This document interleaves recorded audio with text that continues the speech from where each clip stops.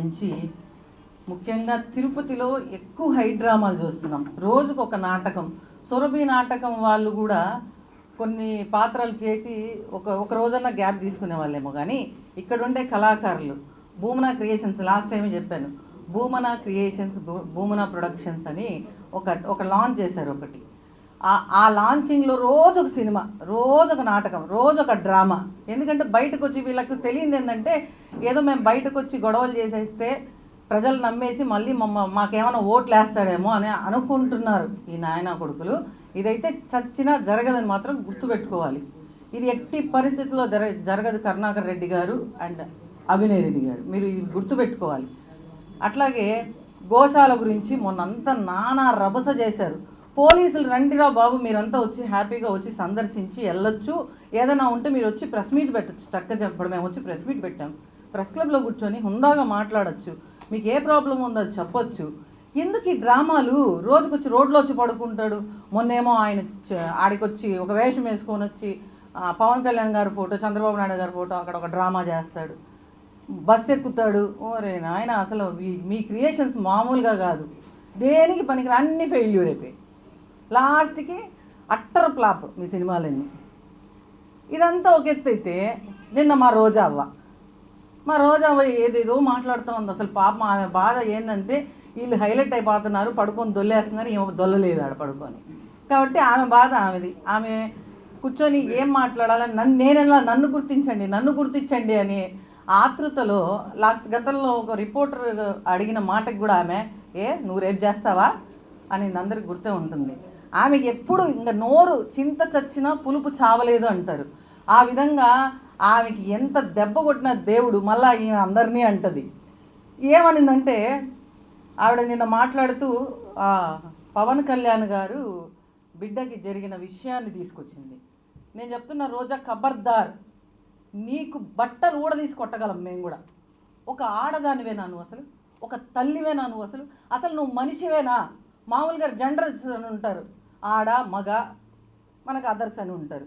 ఈ అదర్స్లో 4వ రకం ఒకదాన్ని పెట్టాలి. దీన్ని, ఈ రోజాని 4వ రోజా రకం అని పెట్టాలి. ఎందుకంటే ఈవిడలాగా మాట్లాడే వాళ్ళందరినీ ఆ కోవలో పెట్టాలి. చేతగాని మాటలు తప్ప ఒక్కటన్నా పనికొచ్చేది ఏమైనా చేస్తున్నారా మీరు? గోశాలలో జరిగింది ఏదైనా ఉంటే మీరు 2022 నుంచి 2023 నుంచి ఆ గోశాలలో ఏ విధంగా విజిలెన్సీ వాళ్ళు మొత్తం వీడియోలతో సహా బయట పెట్టారో మొత్తం ప్రెస్ క్లబ్లో ప్రెస్ వాళ్ళకి అందరికీ ఈఓ గారు క్లియర్గా క్లుప్తంగా చూపించారు, అంత చక్కగా వివరించారు. ఆ గోశాలలో ఇప్పుడు తవ్వుతానొచ్చి ఏం మాటలు మాట్లాడుతున్నారు. ఈవిడైతే మరీ హీనంగా, అంటే ఎక్కడో బిడ్డకు జరిగిన ప్రమాదాన్ని ఆ దృష్టిలో పెట్టుకొని వాళ్ళు బాధపడుతుంటే మళ్ళీ ట్వీట్ చేస్తుంది. ట్వీట్లు ఎందుకు? ఈ దొంగ నాటకాలు ఎందుకు? ట్వీట్ చేసి నేను చాలా దిగ్భ్రాంతికి లోనయ్యాను, ఇలాంటి సంఘటనలోంచి పవన్ కళ్యాణ్ గారు బయటపడాలన్నట్టు, ఈమె బాధపడుతుందన్నట్టు ఫీల్ అయింది. మరి నిన్న మాట్లాడింది అబద్ధమా? మొన్న మాట్లాడింది, ట్వీట్ చేసింది అబద్ధమా? ఇవన్నీ జగన్నాటకం. జగన్మోహన్ రెడ్డి ఏమైనా నడిపిస్తున్నాడా? మాకైతే ఏం క్లారిటీ లేదు.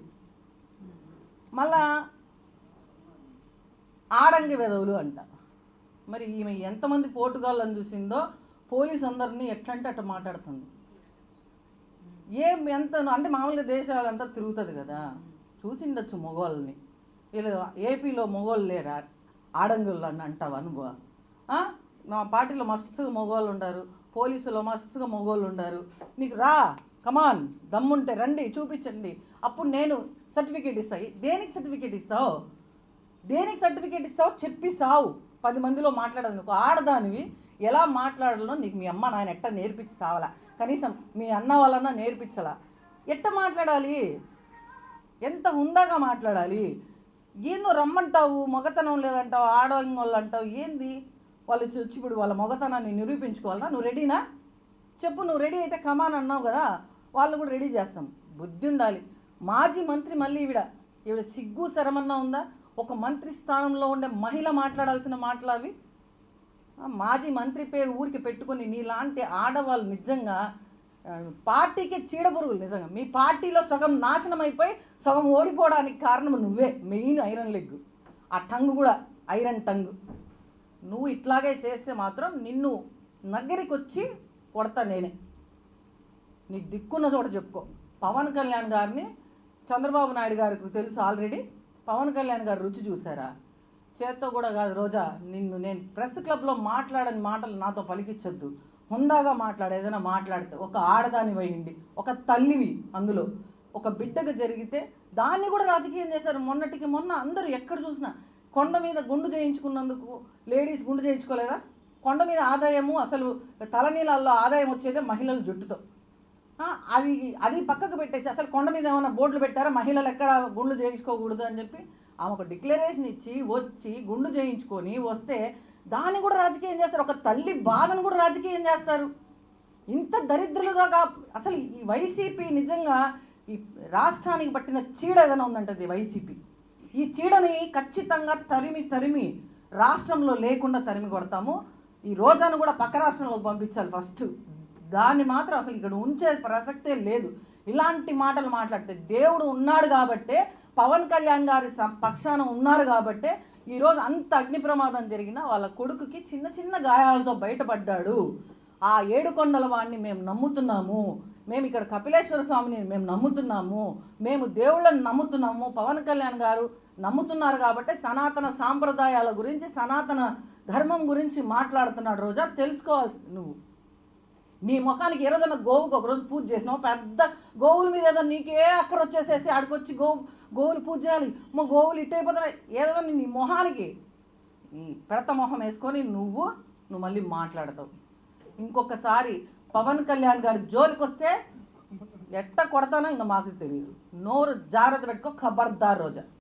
అది పర్మిషన్ ఏమైనా తీసుకున్నారేమోనా అంటే యాక్చువల్గా వేరే అది అంటే ఇంకో ఇతర మతస్థులు కూడా రావచ్చు, వచ్చి మీరు కూడా ఇలా తలనీలాలు ఇవ్వచ్చు. ఇప్పుడు అన్న నేను ఏదైనా ఒక సేవ చేయాలనుకున్నా, 10 మందికి ఒక అన్నదానం చేశాను అనుకోండి, అది నేను పెడతాను సోషల్ మీడియాలో. కొందరు ఎలా చూస్తారంటే ఈమె రాంగ్ అన్నదానం చేస్తూ ఉంది, ఈమె చేసి పెట్టింది చూడు ఫేస్బుక్లో.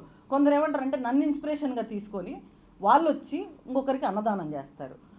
అదేవిధంగా ఇలాగ ఇన్స్పిరేషన్ అవ్వాలి, ప్రతి ఒక్కళ్ళు రావాలి, ఆ దేవదేవుణ్ణి నమ్మండి, వెంకటేశ్వర స్వామి ఉన్నాడు అని చెప్పడానికే ఆ వీడియోలు తీసి పెట్టారన్న. అంతకు మించి వేరే ఉద్దేశం లేదు. దేవుణ్ణి కించపరచాలని కాదు. అలాగ ఊహించే వాళ్ళకి ఇంకా వాళ్ళ విఘ్నతకే వదిలేస్తారు.